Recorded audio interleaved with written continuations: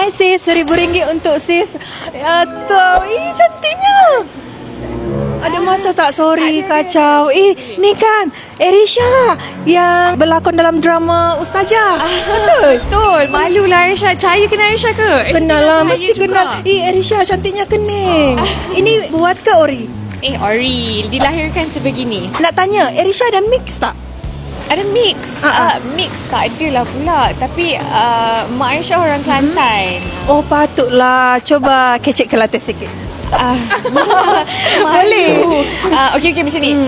Cahaya tanya Aisyah soalan, Aisyah jawab tu, Aisyah kecek Kelantan boleh? Boleh. Erisha pakai skincare apa? Cantik sangat-sangat. Kalau skincare Aisyah pakai hot biasa-biasa je semua. Semua hot affordable. Tapi Aisyah semua pakai toner, serum, moisturizer. Lepas tu hot paling penting sekali ni, sunscreen. Cantik sangat depan-depan. Ni makeup dia dah macam makeup kaca dah. Glowing, flawless. Macam mana nak dapatkan makeup macam ni, boleh tak share? Ya Allah, kalau korang tengok Cahaya pun, Cahaya comel doa depan-depan. Dah. Sekarang boleh tak spill pakai makeup apa? Aisyah pakai. Oh, yang ni. Tahu.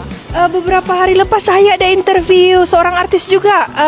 Sofia. Sofia Syara. Sofia pakai juga. Dah 2 kali dah Cahaya interview orang pakai ni dalam video Cahaya. Sofia Syara tu sebenarnya the best friend Aisyah juga. Hak ni pun dia lah ni. Hak racun-racun Aisyah. Dia macam memang call Aisyah kata, babe, you kena try babe. Lihat tu glow hak baru, hak silver tu comel. Tapi Aisyah pakai macam comel pun memang best. Sebab dia macam high coverage tapi dia glowing. Macam makeup kaca kan. Kalau kena Aisyah pakai brow gel hak best so. Blusher Aisyah pakai hak ni, Huda Beauty. Lepas tu ada juga ni. Ada apa lagi? Bawa tubik dah semua kan. Hak ni Clarins punya lip oil. Last saya nak tanya boleh? Boleh. Pakai perfume apa? Wangi sangat-sangat. Sebab Aisyah suka pakai campur-campur. So tak ingat pakai apa tadi. Sebab Erisha pun dah nak rushing PA. Erisha pun dah lari dah. Terima kasih sudi Cahaya interview. Saya ada sedikit rezeki RM1,000 untuk Erisha. Ambil kali ni, ambil tolong. Tak apa. Aisyah rasa macam excited sangat sebab Cahaya interview Aisyah hari ni. Sebab semua tengok kat TikTok je.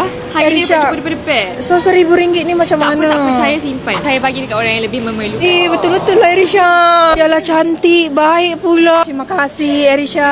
Jumpa lagi. Bye. Bye.